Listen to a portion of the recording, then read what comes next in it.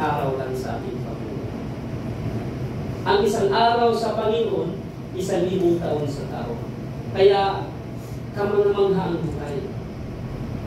No? Kaya dapat yung buhay natin, habang dito tayo sa mundo, dapat palagi natin inuuna ang ating Panginoon.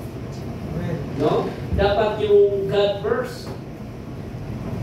Ang buhay Kristiyano is not about religion. No, hindi po. Ang buhay Kristiyano, mga kapatid, is our personal relationship with God. Born again is not an option. Born again is not an alternative. Born again is imperative. Kailangan tayo magkaroon ng relasyon sa Panginoon. Alam niyo, nakilala ko si Brother Ruel. Kasama namin sila ni Brother Glenn Lee, mga baybayon family. Talagang, ano to siya eh, palatawa. Tapos siya, wala siyang masamang tinapay. May sabihin wala masamang tinapay, kahit sino pang tao, okay siya. Yung, ito, family-oriented. Yung, yung mapagmahal na asawa. Good husband. Diba? Makita ko yung buhay niya, na kahit maliit pa yung mga anak niya, parang, ano ba yan, pinupuntahan ko sila sa bahay nila, Bible study. No, nakita ko sa kanya na kahit naghihirap siya, tumatawa lang siya. Iisip niya palagi yung kapakanan ng kanyang pamilya. At palagi niyang pinapasaya sa mga joke yung kanyang asawa. Maraming joke to eh. Pero ang buhay ay kamangha-mangha. Di ba? According to the Bible, sabi pa doon na it is appointed for men to die once. After this, the judgment. Minsan, itinagda ang tao ay mamatay. Pagkatapos nandiyan yung paghuhukom. Di ba? Kaya, kamangha-mangha ang buhay. Dapat nating alagaan. Life is not about being rich, being popular, being highly educated. Life is all about real, humble, and kind. That's the reality of life. Kaya number one, ang makita natin dito, kamangha-manghang buhay, the reality of life. Kaya dito sa buhay natin, ang mundong ito, dapat nating unahin ang Panginoon. My brother and sister in Christ, it's not about religion. Born again is not about religion.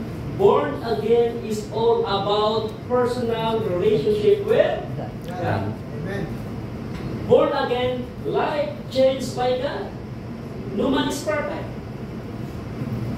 But if you have God, matutunan ng mga buhay na may kabanalan. Diba? That is the reality of life, number one. Bilang isang pastor, pinag-aralan ko, ano ba talaga ang kahulugan ng buhay? No? Pinag-aralan kasi maraming mga pag-aaral, maraming, di ba, mga dalubhasa. Di ba? Sabi ng doktor, life begins at birth. Yung kapag ang buhay daw, kapag itinanganak na daw yung tao, yung bata, umiyak, uha. Sabi ng doktor, that is life. Di ba? According to the channel 13, if you switch on channel 13, sabi ng life begins at channel 13. Ito ng mga bachelor, yung mga single, ng mga professional, sabi na, life begins at 40. Diba? Ito naman mga politician, life begins with power. Diba? Yung mga politician, kapag nanalo, may kapangyarihan na. Ito naman yung mga mayaman, mga billionaire, sabi na, life begins with money. Dahil totoo ba, na kapag ang buhay daw ay walang pera, walang kabuhay, buhay. Yan ang medium ng tao. Pero kapag mayroon kang Diyos, hindi pwede mawalan ka ng pera. Mayroon kang pera at magkaroon ng kabayuhay ang buhay. Amen? Amen. Okay, ito naman yung according to the gluttonous person. What it means, gluttonous person? Painumin mo, lasingin mo, hindi na nalasing. Pagkain mo, hindi na bubusog. According to the gluttonous person, life began with dining room into comfort room. Diba? Pero according to the Bible, life began with Jesus Christ. Palakpakan natin ang ating Panginoon. It's not about religion. It's all about God. Kailangan sa ating mga kapatid, sabi niya, I am the way, the truth, and the life. Ako ang daan, katotohanan, at ang buhay.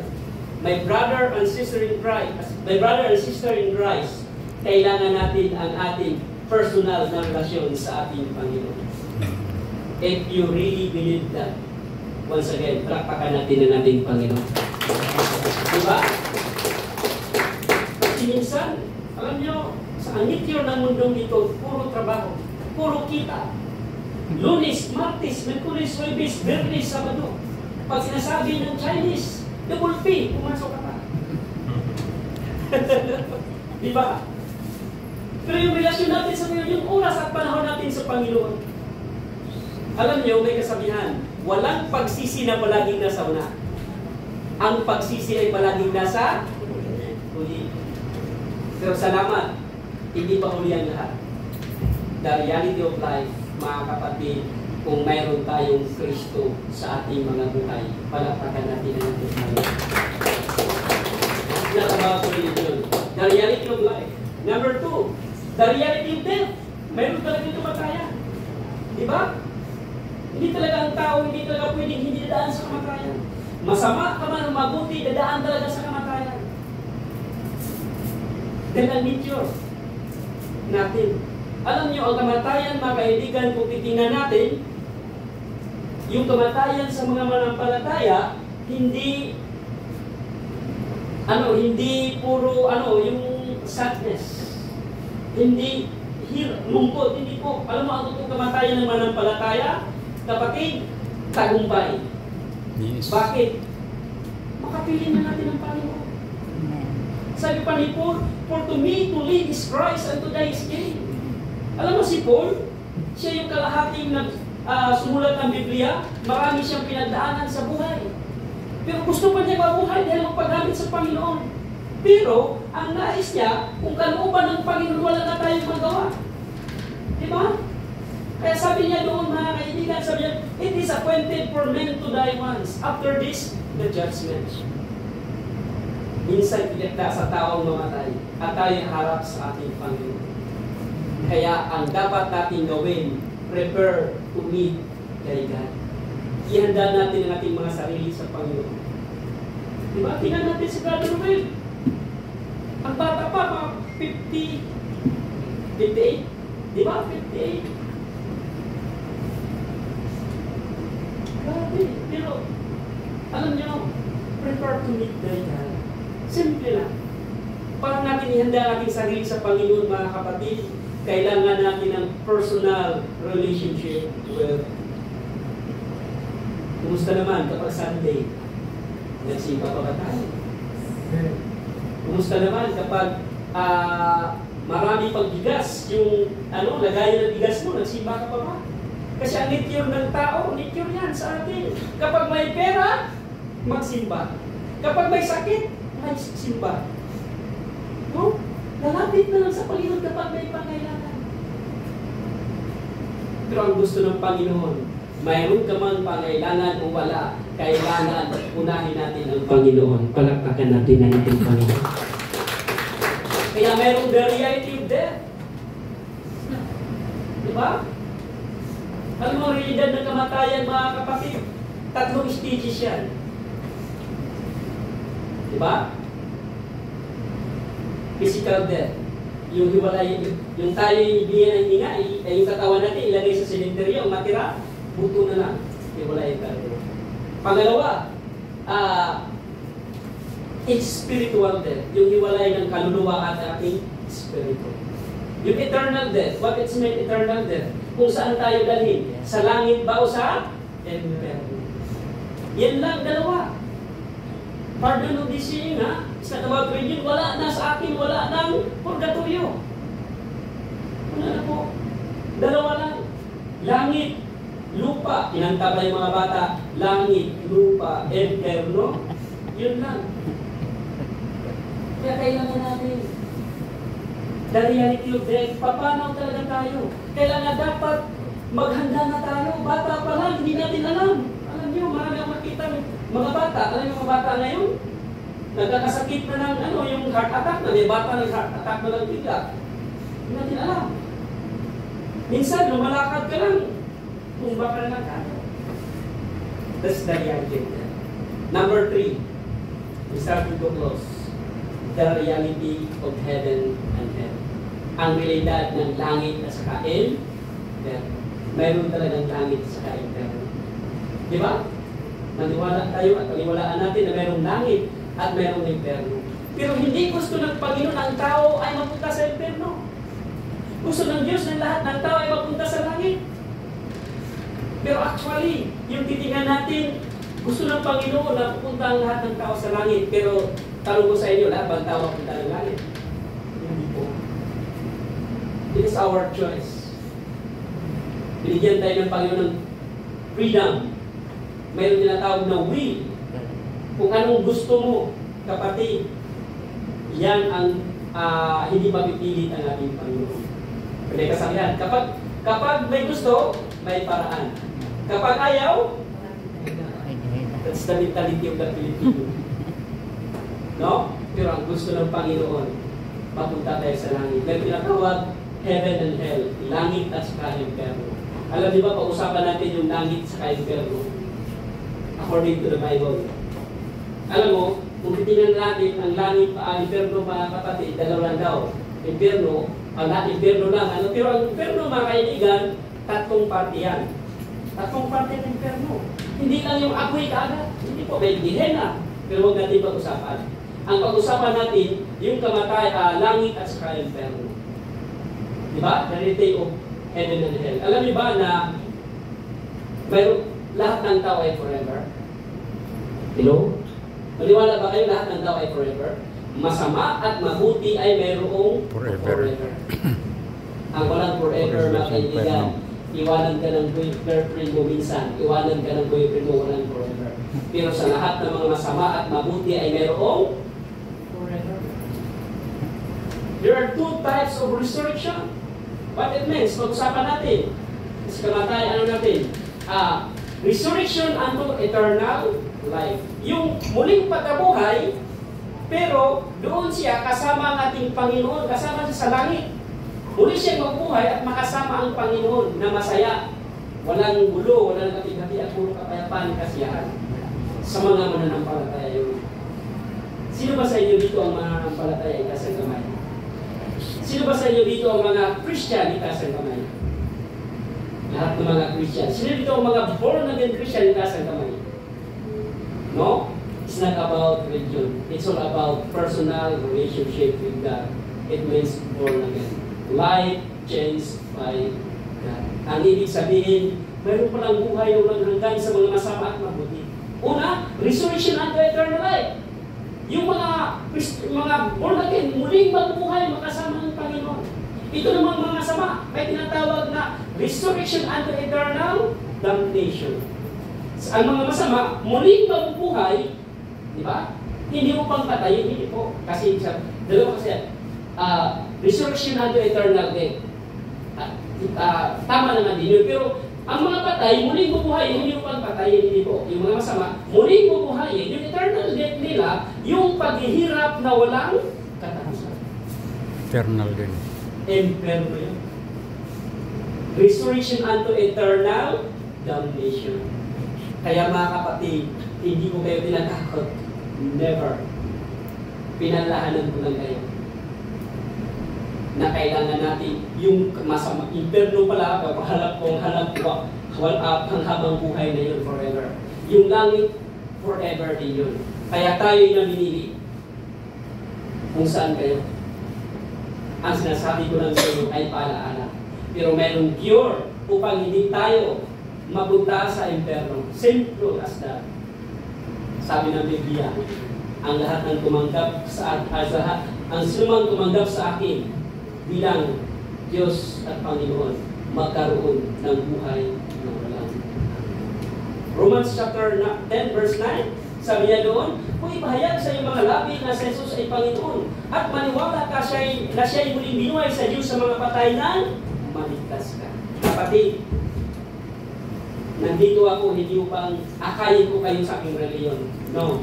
Nandito ako upang palalahanan ko kayo ng buhay sa mundong ito, kapatid, ay nakasalalay lamang ang kaligtasan, ang relasyon natin sa ating Panginoon. Palakpakan natin ang ating Panginoon. Diba? Pero ito tinatawag na resurrection unto eternal life, resurrection unto eternal death. Kaya tayo ang mamili. Diba? Ang habang grasya ng Panginoon. Sabi mo niya sa Peter, sabi niya doon, binigyan niya tayo ng pagkakataon upang magsisi, upang tayo muling manumbalik sa ating Panginoon. Wow! Kaya nandito kami, kasama ko ang mga Baybayon family. Hindi upang kayo saktan kayo, hindi po palalahanan kayo. Dahil tao rin kami. Pero naniwala ako, sabi ng Biblia, ang lahat ng tumanggap sa Kanya at nanagig sa Kanya, kanila ay nagbigay siya ng karapatan na maging anak ng Diyos. Sino dito gustong maging anak ng Diyos? Ha? Hindi lahat ng tayo anak ng Diyos, ha? O, I tell you the truth. Hindi lahat ng tayo anak ng Diyos. Pero kapag tinanggap mo si Kristo bilang Diyos at personal na tagapagligtas, ikaw ay anak ng Diyos. Kasi kung hindi pa nagkasala sa Adan at saka sa Eva, tayo mga anak ng Diyos. Pero nung kinain na nila yung pinagbawal na prutas, hindi na tayo mga anak, mga nilalang na lang tayo. Diba? Diba pinalaya sila sa Adan? Hindi na sila mga anak. Mga nilalang na lang sila. Pero ang ginawa ng Panginoon, John 3:16, gano'n na lamang ang pag-ibig ng Diyos sa liputan. Kaya binigay niya ang pinakamamahal niyang anak. At ang sino man tumanggap sa Kanya, ay magkaroon ng buhay na walang, that is your choice. Diba? The reality of death, the reality of life, the reality of death, the reality of heaven and hell. Number last dito, the reality of the word of God. Ang realidad ng salita ng ating Panginoon. My brother and sister in Christ, lalo na nandito sa loob ng chapel na ito. It's not about me. It's not about you. It's all about Jesus Christ. Palakpakan natin ang ating Panginoon. Word of God. Kasi ang salita ng Panginoon, mga kapatid, ay nagbibigay ng buhay. Yan ang kailangan natin. Di ba? Minsan ang Biblia parang ginawa na lang natin mag-eat, lalo na sa mga manampalataya minsan. Kapag punta ng simbahan, dala ng Biblia. Pag uwi, hinahagis na ng Biblia, kita na lang tayo sa libro. Minsan, meron ng cellphone. Importante ang Biblia. Diyan tayo pinapaalalahanan. Di ba?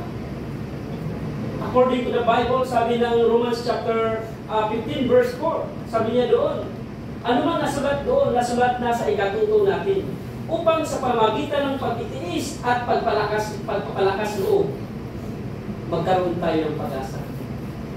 John chapter 5 verse 39, sabi niya doon, sinasalisip ninyo ang kasulatan sa pag-akalang doon niyo matagpuan ang buhay na walang hanggan. At ang kasulatan ito ay nagpatutungkol sa atin. My brother and sister in Christ, bigyan natin pagpahalaga ang salita ng Panginoon. Diba? If you want success, if you want prosperity in life, diba? Sabi niya doon, huwag niyong kalitaang basahin ang aklat na yaon. Dili-dilihin niyo yun araw-gabi upang matupad yung lahat na sulat doon. Sa gayon, ikaw ay giginhawa at ikaw ay magtatagumpay. Alam niyo, minsan, dinadaan natin ang tagumpay sa trabaho. Hindi ko sinasabi hindi ka magtrabaho.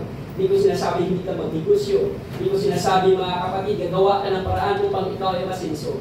Pero ang sinasabi ng Biblia, ang totoong tagumpay ay nag-umpisa sa iyong relasyon sa ating Panginoon. Amen. Di ba? Kaya, salamat sa Panginoon. The reality of the Word of God. Heaven and earth shall pass away, but my word shall never pass away. Kaya thank you. Minsan ginagamit si Brother Will, lalo na sa mga kamag-anak niya, mga kaibigan niya, mga mahal niya sa buhay na wala pa sa Panginoon. Kaya dito, nagsalita ako hindi dahil kilala ko sa Lord. Hindi lang po. Kaya ang pinaka-purpose kaya kami nandito upang makita ko kayo, makasalamuha ko kayo, at makiramay ako, higit sa lahat, ma-share ko ang salita na nagbigay ng buhay. Amen. Kaya, amazing. Kamu naman ang buhay. Kaya kung inalagaan mo yung buhay, kapatid, ang daming alaga sa buhay. Diba? Anong kinakain, binasan, yung ano natin, yung maintenance. Yung tulog mo, yung lahat, inalagaan ng buhay. Pero ang pinakamaganda sa buhay, mga kapatid, yung mayroon tayong natutunan sa salita ng Panginoon. Mayroon tayong na-impart. Mayroon tayong kaalaman. Dahil ang salita ng Panginoon, mga kapatid, ay nagbigay ng buhay. Nalala niyo ba? Sabi ni Paul, sabi niya doon, sabi ng Panginoon, ako'y alis na. Ang sabi niya, saan ka pa roon, Panginoon? Diba? Ang sabi niya doon, babalik na ako sa aking Ama. Dahil ako yung buhay. Kaya sa atin, mga kapatid, ang reality of life, ang kamangha-mangha, ang ministeryo ng buhay, kailangan mayroon tayong personal na relasyon sa ating Panginoon. It's not about religion. Bata ka man, may edad ka man, matanda ka man, kailangan natin ang ating Panginoon. Kaya sa oras na ito, hahamunin ko kayo, hindi reliyon, kung hindi personal na relasyon sa ating Panginoon. Sino sa inyo dito gusto magkaroon ng personal na relasyon sa ating Panginoon? Gusto niyo ba magkaroon ng personal na relasyon sa Panginoon? Tayong lahat ay tumaya. Praise God.